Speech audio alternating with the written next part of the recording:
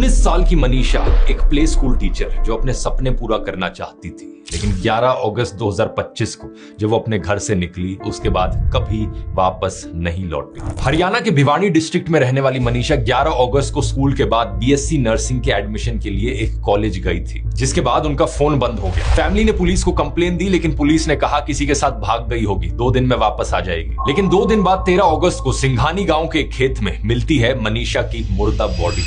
उनका गला कटा हुआ था, कई सारे ऑर्गन्स बॉडी से गायब थे। पुलिस ने फिर जाकर मर्डर का केस दर्ज किया। भिवानी सिविल हॉस्पिटल की जब पहली पोस्टमार्टम रिपोर्ट निकल कर आती है, बताया जाता है कि मनीषा के गले पर किसी धारदार हथियार से काटे जाने के निशान मिले। लेकिन 15 अगस्त को पीजीआई रोहतक में दोबारा पोस्टमार्टम होता है। अब कहा जाता है कि मनीषा की बॉडी में पेस्टिसाइड मिला और पुलिस कहने लगी कि मनीषा ने तो एक्चुअली में आत्महत्या कर ली पेस्टिसाइड खाकर। अचानक से पुलिस मनीषा की लाश के पास एक सुसाइड नोट मिलने का दावा भी करने लगी। मिसिंग ऑर्गन्स पर सवाल उठा तो कहा गया कि किसी जानवर के खाने से ऐसा हो गया होगा। मतलब हद होती है। जाहिर सी बात है, लोगों ने आरोप लगाया कि पुलिस यहाँ पर कवर अप करने की कोशिश कर रही है, लेकिन लोग सड़कों पर आ गए प्रोटेस्ट करने के लिए। सरकार ने इंटरनेट सस्पेंड कर दिया। यह हरियाणा में एक बहुत बड़ा मुद्दा बन गया है जो स्टेट के लॉ एंड ऑर्डर पर सवाल खड़े करता है। दूसरी पोस्टमार्टम रिपोर्ट में कई सारी इनकंसिस्टेंसीज भी सामने आई, जैसे कि रिपोर्ट में कपड़ों की जांच नहीं की गई थी, जो कि एक बड़ी लापरवाही थी। पेस्टिसाइड से मौत पर मुंह में झाग, उल्टी या नाक से खून जैसी चीजें होती हैं, लेकिन रिपोर्ट में इन सब चीजों का जिक्र नहीं किया गया था। इसके अलावा मनीषा का फोन टूटा हुआ मिला था। अगर कोई आत्महत्या करना चाहेगा तो अपना फोन क्यों तोड़ेगा पहले। और ऑर्गन्स की अगर बात की जाए, अगर जानवरों ने ऑर्गन्स को खाया था तो मनीषा के कपड़े सही सलामत कैसे थे। 2 पोस्टमार्टम रिपोर्ट्स में इतने डिफरेंसेस के कारण अब फैमिली की रिक्वेस्ट पर दिल्ली एम्स में एक तीसरी बार पोस्टमार्टम हो रहा है। अब जांच सीबीआई को दे दी गई है, लेकिन मनीषा की फैमिली और हरियाणा की जनता